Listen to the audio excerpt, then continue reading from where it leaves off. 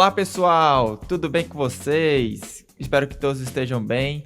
Está começando mais um episódio de Espectro no Farol, o podcast da FB Comunicação que aborda sobre diversos tipos de temas variados.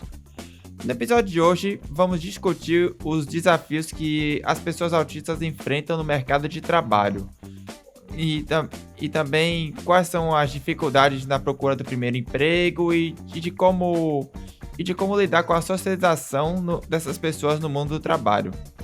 E para essa entrevista de hoje, convidamos aqui Romeu Sabarreto, que é advogado com 3 anos de experiência, professor, palestrante, escritor e autista nível 1 de suporte com alto rendimento. Seja bem-vindo, Romeu, e obrigado por participar do episódio de hoje do Espectro no Farol. Obrigado, Pedro. Uma boa tarde. Boa tarde para toda a equipe do Espectro no Farol, da FB Comunicação. Meu nome é Romeu Sabarreto de Oliveira, sou advogado, palestrante, escritor, professor, pai de uma linda menina autista de 10 anos de idade. E há 2 anos eu recebi de forma tardia também o meu diagnóstico relacionado ao autismo. Eu sou autista de nível 1 de suporte de alto rendimento.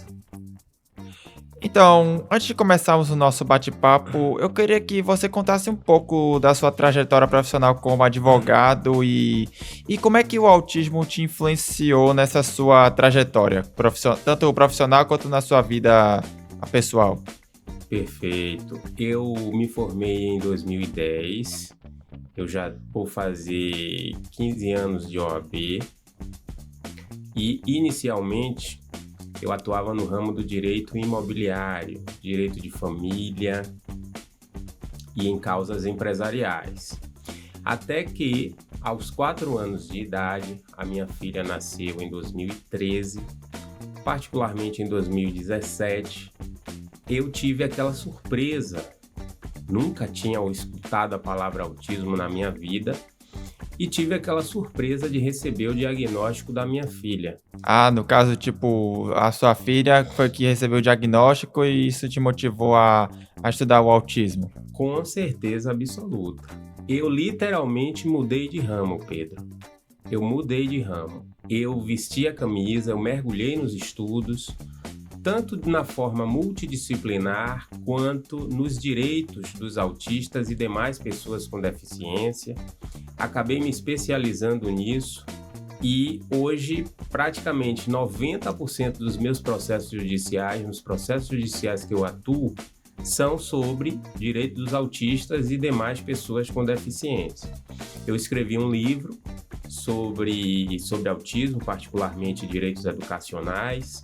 A gente dá palestras, a gente criou também um curso Direito dos Autistas de A a Z, que nós já formamos quase 1.000 advogados especialistas em direitos dos autistas ao redor do Brasil, e o diagnóstico literalmente mudou a minha vida. Eu mergulhei literalmente na causa autista, tanto para ajudar a minha filha, como para ajudar a causa e os demais autistas. Ah, tipo, a sua trajetória, você começou pela sua filha e aí o seu diagnóstico veio através da sua filha, que tipo de autista ela é mesmo? Perfeito.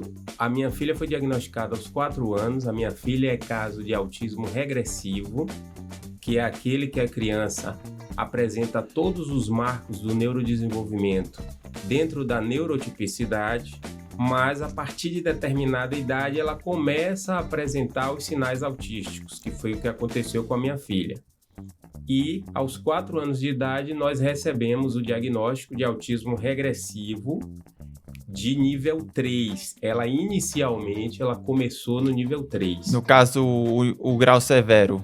O grau severo. Hoje, na terminologia médica, usa-se mais nível de suporte. Antes falava-se em autismo de grau leve, de grau moderado, de grau severo. No caso, seria nível 1, nível 2 e nível 3. Nível 3 de suporte.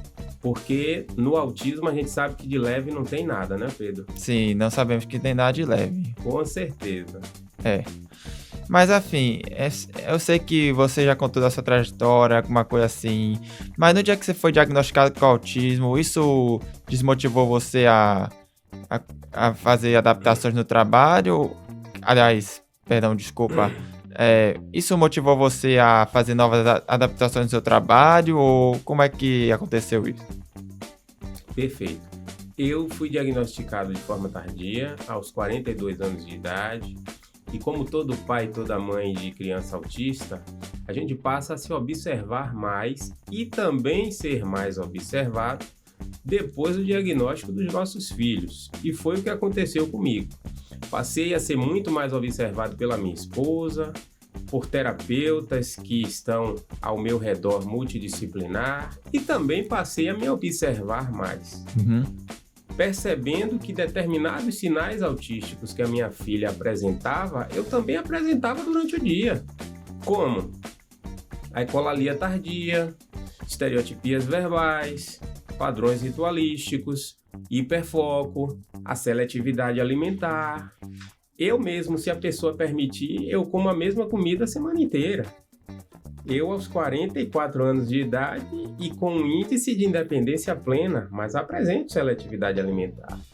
Até que tomei a devida coragem, entre aspas, e procurei a médica. A médica prescreveu 8 sessões de neuropsicologia, passei por todos os testes possíveis e imagináveis e, ao final da avaliação, a devolutiva trouxe pra gente um laudo de 14 páginas. E que médica é essa que você procurou? É uma psiquiatra ou é alguém profissional da psicologia? Eu passei por 2 médicas e uma neuropsicóloga. Eu passei por uma neurologista e uma psiquiatra. Porque a maioria dos médicos não... Eu vou falar esse termo sem nenhuma depreciação, mas é o que acontece de fato. Não é todo médico que sabe diagnosticar adulto. Não é.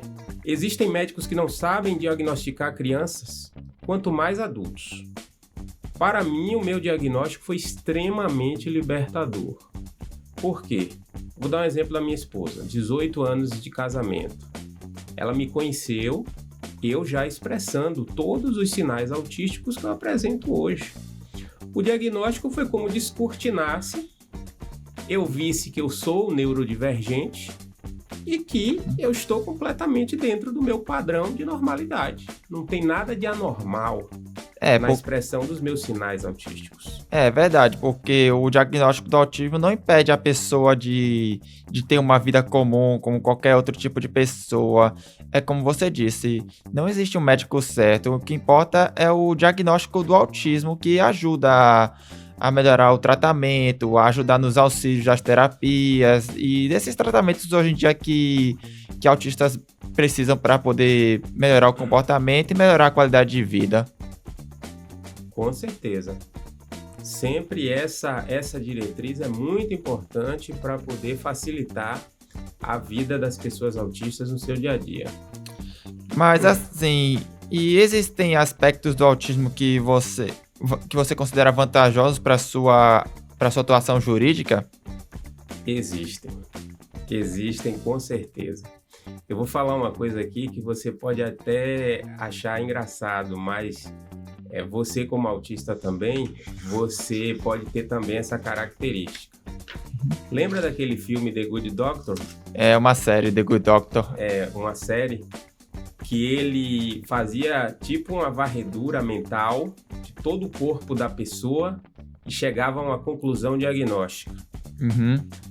Aquilo é muito parecido com a fórmula do nosso cérebro funcionar. Eu sou capaz de atender um cliente e ao mesmo tempo já estar fazendo todo o mapa da petição dele. E quando eu vou para o computador fazer, é como se eu já tivesse a petição toda pronta na minha cabeça. Sim, é verdade. Né? Tipo, você conhece aquela série Uma Advogada Extraordinária? Sim. Assisti toda. Eu também assisti toda. Que em todo caso, ela sempre, quando pensa no seu hiperfoco que é baleia, ela resolve o caso dos julgamentos de todos os seus clientes. Isso mesmo. Você tem essa inspiração nela ou você se inspira em outros profissionais jurídicos? Olha, Eu tenho uma percepção que muitas vezes não é nenhum tipo de arrogância, nenhum tipo de prepotência, mas o mercado e as redes sociais já mostraram essas nossas realizações. É como se em determinados entendimentos a gente chegasse primeiro por ter visto o que ninguém conseguiu ver. Eu vou dar um exemplo para você. Eu fui o primeiro advogado no Brasil a dizer que o rol taxativo era inconstitucional. Nenhum advogado no Brasil tinha trazido esse tipo de entendimento. E aconteceram uma série de manifestações em prol da aprovação da Lei 14.454 de 2022, que praticamente institucionalizou o rol exemplificativo. O que vem a ser esse rol exemplificativo, para não ficar um termo vagando?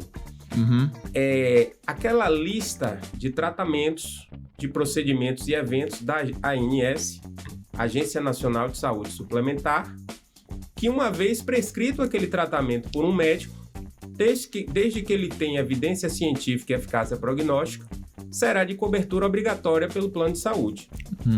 Só que o entendimento dos planos de saúde era que esse rol, essa lista da ANS de tratamentos, sempre seria fechada, que os planos de saúde só teriam a obrigação de cobrir os tratamentos que ali constassem. Sim, é verdade. Afastando completamente a noção de evidência científica, de eficácia prognóstica e de melhor evolução prognóstica para os pacientes. Sim. Mas eu queria citar o caso que você agora citou, a série The Good Doctor, e eu citei a Advogada Extraordinária. Você deve ver que tanto The Good Doctor quanto a Advogada Extraordinária, ambos os protagonistas sofrem preconceito e exclusão dos colegas de trabalho. Você chegou a sofrer isso, preconceito ou exclusão dos seus colegas de trabalho? Não, nunca cheguei a sofrer após o diagnóstico.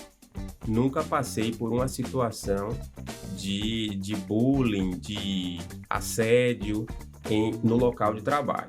Já passei uma situação de capacitismo, da pessoa invalidar o meu diagnóstico justamente por eu ser nível 1 de suporte de alto rendimento. Como se a pessoa com nível 1 de suporte não tivesse também as suas limitações. E nós sabemos que tem. A sociedade peca muito em menosprezar as limitações dos autistas de nível 1 de suporte e de desmerecer os potenciais dos autistas de níveis 2 e 3 de suporte. Porque com o nosso assunto de hoje, sabe que hoje em dia o mercado de trabalho não está preparado para a inclusão de pessoas autistas e a falta de informação e a falta de senso do mercado de trabalho dificulta aí muito a inclusão de uma pessoa não só autista, como também de outra deficiência que quer tentar o emprego dos sonhos, que quer se incluir nesse mundo do trabalho. Nós sabemos que o mercado de trabalho hoje em dia não está preparado para a inclusão dessas pessoas com deficiência. Perfeito, Pedro. Existe a lei 8.213 de 91, que traz uma obrigação das empresas, a partir de determinado número de funcionários, contratarem até o percentual máximo de 5% do seu quadro de profissionais com deficiência. No caso, seria as vagas especiais. Especiais, eu acho até um termo um tanto quanto inadequado. Por quê? Porque é como se houvesse dentro desse nicho uma intelectualidade inferior. E não é isso que acontece. Nós temos pessoas com deficiências altamente preparadas, altamente hiperfocadas e que detêm vasto conhecimento das áreas que atuam. Eu vou dar um exemplo para você. Nós temos hoje, na causa autista, uma série de diagnósticos tardios de autismo de níveis 1 e 2 de suporte em médicos, advogados, juízes, promotores e de várias outras profissões, inclusive nas artes. Inclusive também na área de comunicação, que Sim. Minha primeira entrevista, eu entrevistei um estudante de jornalismo que fez bacharel em Direito, que atualmente está terminando o curso de jornalismo, que só foi diagnosticado aos 29 anos de idade. Que o caso é que hoje em dia está tendo tá tendo um aumento de casos de diagnóstico tardio de autismo. Com certeza. O diagnóstico tardio do autismo deu um boom. Não é que autismo esteja na moda, mas a ciência avançou em relação ao tema e os níveis de observações clínicas também avançaram em relação ao tema. É por isso que nós temos tanto um número altamente crescente de diagnósticos precoces em crianças e também um índice altamente crescente. Pode parecer até uma redundância, mas é o que vem acontecendo, existe uma progressão. Sim, é verdade. Do fechamento de diagnósticos tardios em adultos. Sim, é verdade isso que você falou.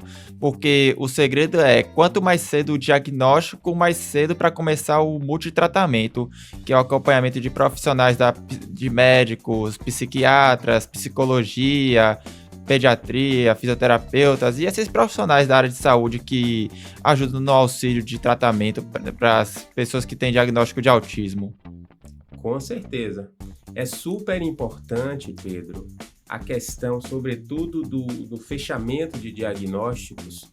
Eu não digo até fechamento de diagnósticos, porque hoje a doutrina médica basta a suspeita diagnóstica que já é motivo da intervenção terapêutica precoce. Os médicos hoje entendem que a mera suspeita do autismo já é motivo para o tratamento multiprofissional, multidisciplinar acontecer. Mal não vai fazer. Por quê? Porque no autismo, na verdade em toda criança, existe a chamada janelas de oportunidades, que vêm as podas neurais aos 3 e aos 7 anos de idade. E dentro desses intervalos existem as chamadas janelas de oportunidades cujo cérebro seja bem estimulado de forma intensiva e especializada, as melhores respostas acontecerão. Uhum. As respostas serão mais efetivas. É por isso que se dá tanta ênfase à intervenção terapêutica precoce. Sim, é verdade isso. É verdade.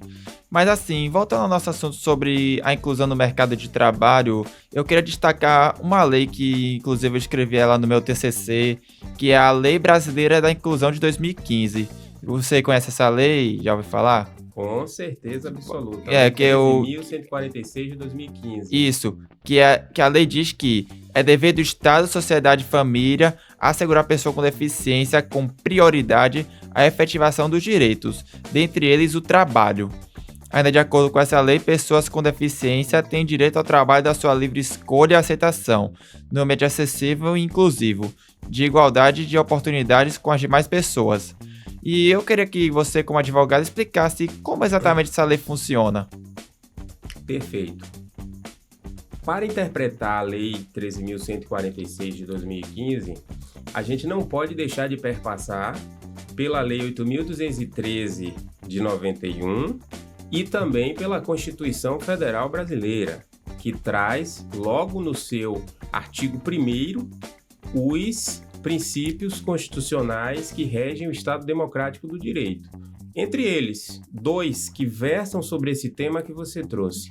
O princípio da dignidade humana e a valorização do trabalho da livre iniciativa. A Lei 8.213 de 91, ela garante o direito de contratação nas empresas que tenham um determinado número de funcionários. Elas são obrigadas a preencherem aquele percentual com profissionais, pessoas com deficiência. Se essas empresas não cumprirem esses percentuais, multas poderão ocorrer. O Ministério do Trabalho poderá multar essas empresas. Esse comando legal que traz a Lei 8.213 de 91 é de observância obrigatória. As empresas que têm aquele número específico de funcionários, ela tem que preencher aquele percentual com profissionais com deficiência. Isso não pode deixar de ser observado de jeito nenhum. Como acontece lá fora? Muitas empresas acabam contratando, não é todas, eu não vou colocar todas as empresas no mesmo balaio, porque cada situação tem o seu prognóstico específico. Mas tem empresas que contratam pessoas com deficiência somente para cumprir a tabela. Que realmente existe uma tabela na Lei 8.213/91. Somente para cumprir a tabela. Muitas vezes coloca a pessoa com deficiência, mesmo com um alto nível de qualificação profissional e intelectual, para fazer atividades rebaixadas. Configurando assédio moral, configurando dano existencial. Muitas vezes, vou dar um exemplo, de pessoas com deficiência autistas.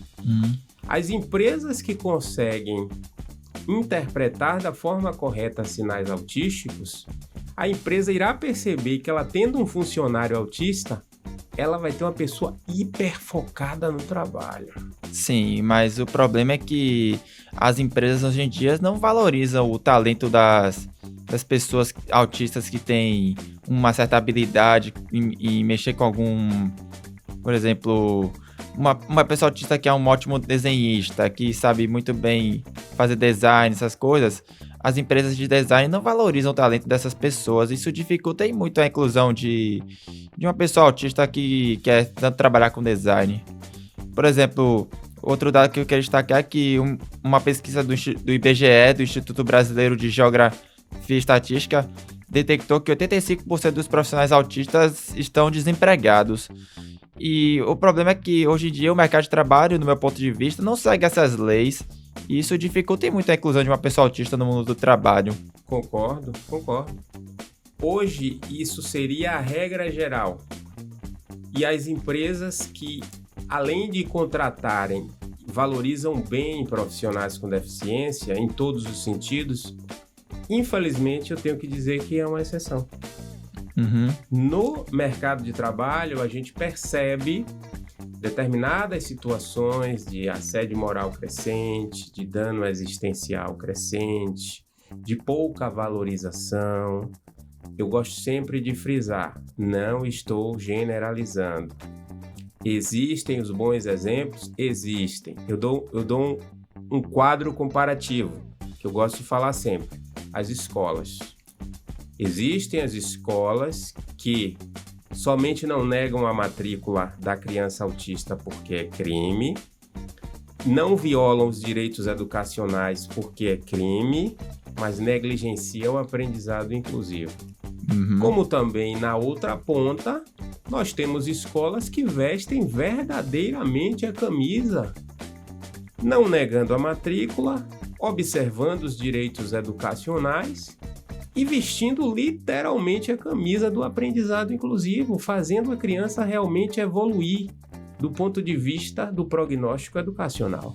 Sim, é verdade, porque hoje em dia também é como chamam, é que hoje tem escolas específicas para pessoas com deficiência, mas alguns consideram que escola especial não é uma boa para crianças autistas estudarem, que afinal os pais querem que as crianças autistas estudem numa escola normal para tentar se adaptar ao ambiente, para poder interagir com as outras crianças também.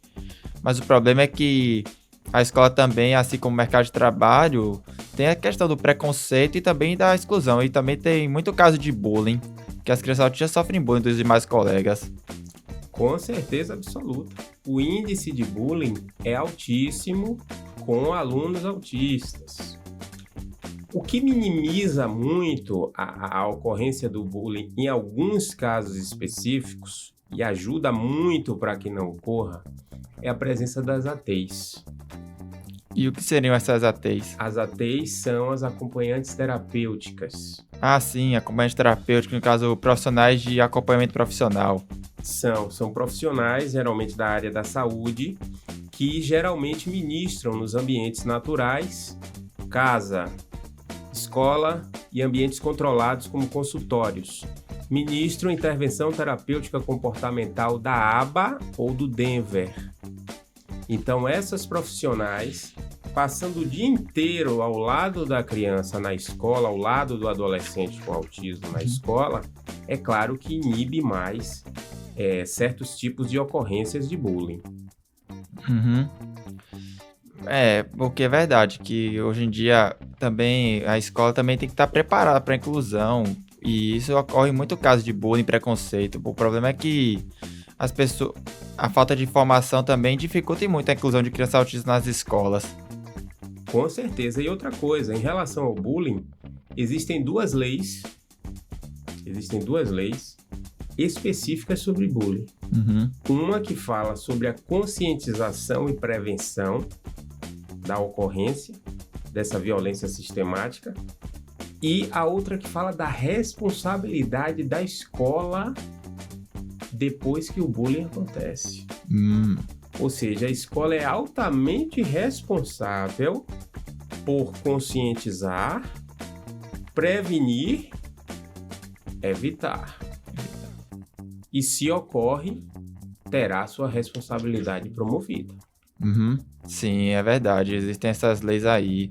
Essas leis são muito importantes para atuar na causa do autismo. É verdade. Mas, assim, voltando ao nosso assunto da inclusão no mercado de trabalho, tem um pesquisador que eu pesquisei no meu TCC, o Leopoldinho 2015, que ele destaca que 3 coisas aí que o autista tenta se incluir, tem dificuldade para inclusão no mercado de trabalho, que é a dificuldade justamente de procurar o emprego, também em manter-se no emprego e também a obtenção e a colocação compatível da sua formação e expectativas. E isso, eu queria que você destacasse, dessas coisas que para melhorar a inclusão de uma pessoa autista no mercado de trabalho. Perfeito, excelente observação. Realmente, esses 3 itens, eles devem ser altamente observados. Essa também é a preocupação de todo pai e toda mãe de pessoa autista, Pedro. Por quê?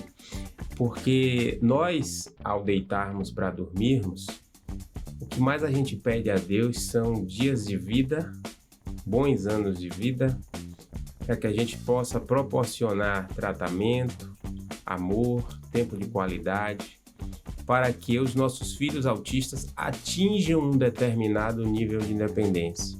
E quando a gente fala em determinado nível de independência, a gente perpassa pelo mercado de trabalho, porque a gente quer ver os nossos filhos autistas trabalhando.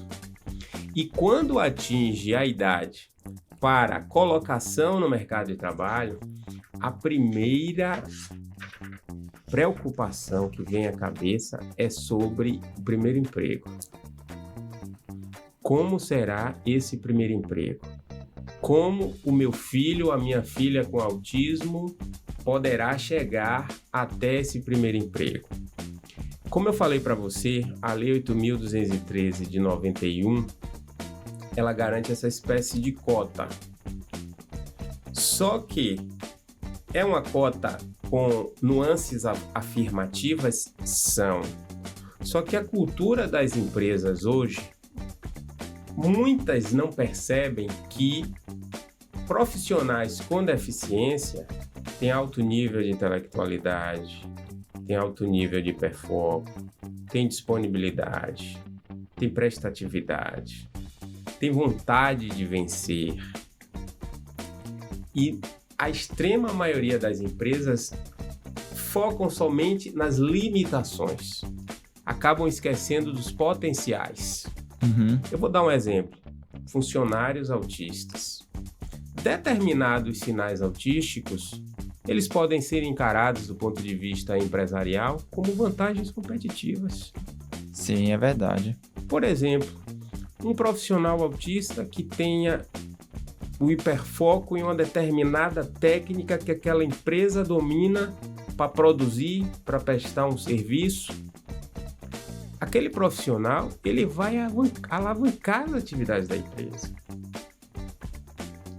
E como um profissional diferenciado, independentemente de ser com deficiência ou não, mas pelo fato de ser com deficiência, isso tem que ser mais batido, ele tem que ser valorizado. Exatamente. O problema é que as empresas não valorizam o talento dessas pessoas deficientes que têm um certo talento para brilhar e ter uma carreira profissional brilhante. Esse que é o problema, como eu já havia dito. E o contrário também acontece, Pedro. Como profissionais brilhantes que fizeram toda a sua carreira dentro de determinada empresa e que o diagnóstico tardio do autismo chegou. Sim, é verdade, tem isso também. Entendeu? Entendi.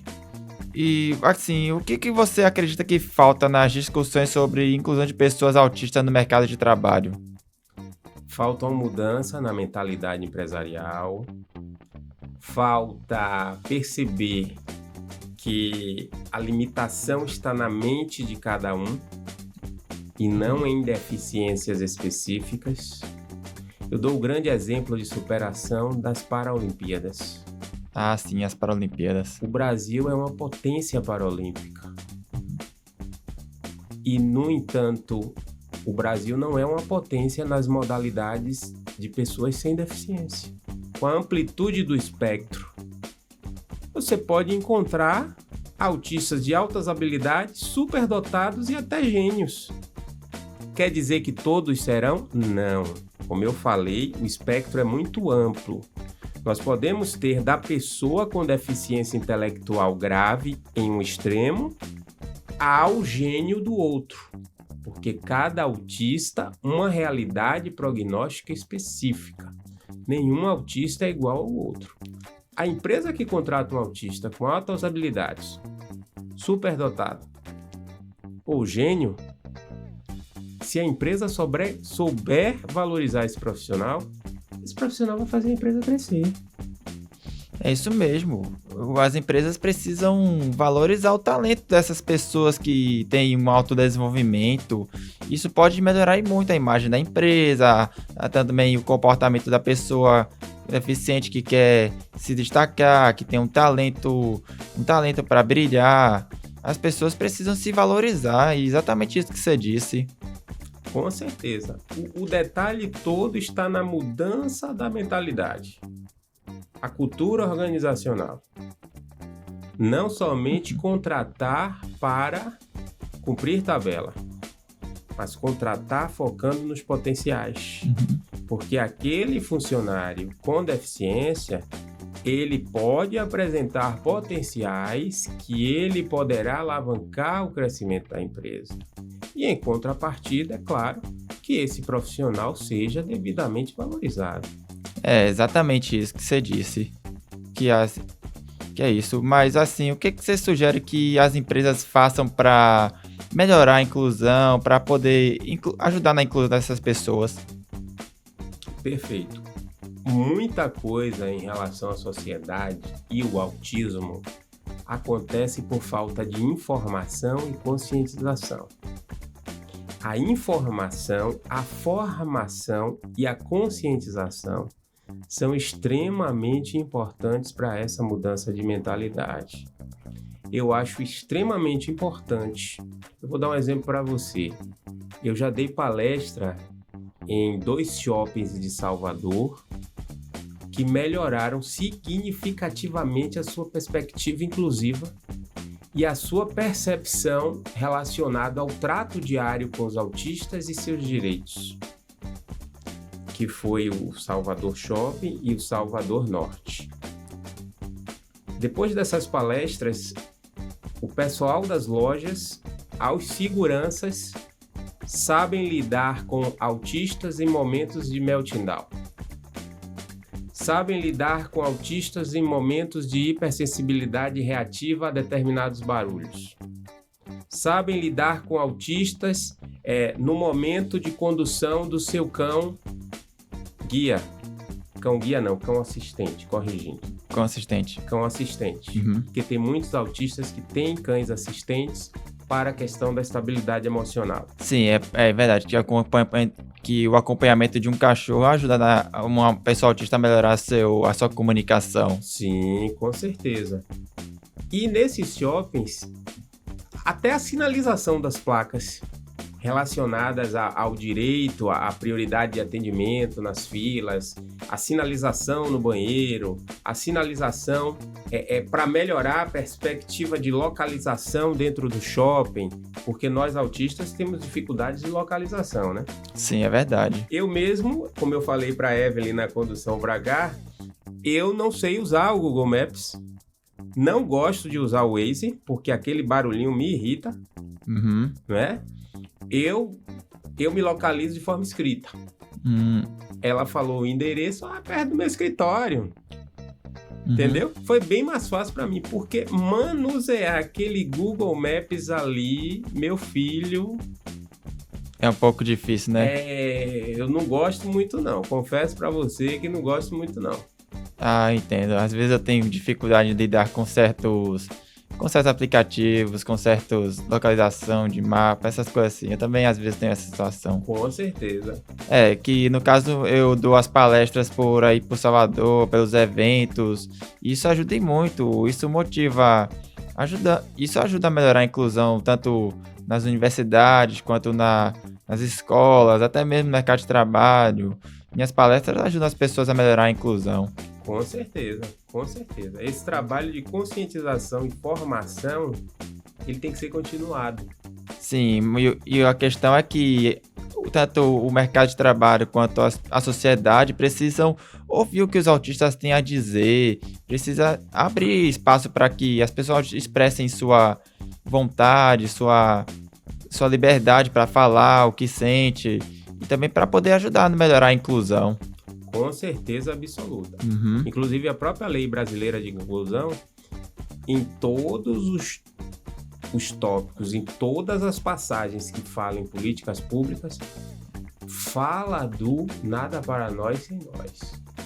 Fala dessa participação em as pessoas com deficiência serem ouvidas. O que você falaria tanto para pais, para familiares e amigos que têm um conhecido autista? O que você diria? Qual seria a sua mensagem para ajudar essas pessoas? Eu quero dizer que nunca desistam dos seus filhos autistas. Autismo não é sentença de morte. Ninguém estará sentenciado para o resto da vida por causa de um diagnóstico. Encarem esse diagnóstico sem nenhum tom de romantização como um desafio. O desafio da evolução prognóstica terapêutica, o desafio da evolução prognóstica educacional, porque essas evoluções são possíveis. É plenamente possível uma pessoa autista com nível 3 de suporte, com o devido tratamento, chegar no nível 2, chegar no nível 1. Como é possível também uma pessoa no nível 1, sem o devido tratamento, a pessoa poder avançar para o 2 e poder avançar para o 3.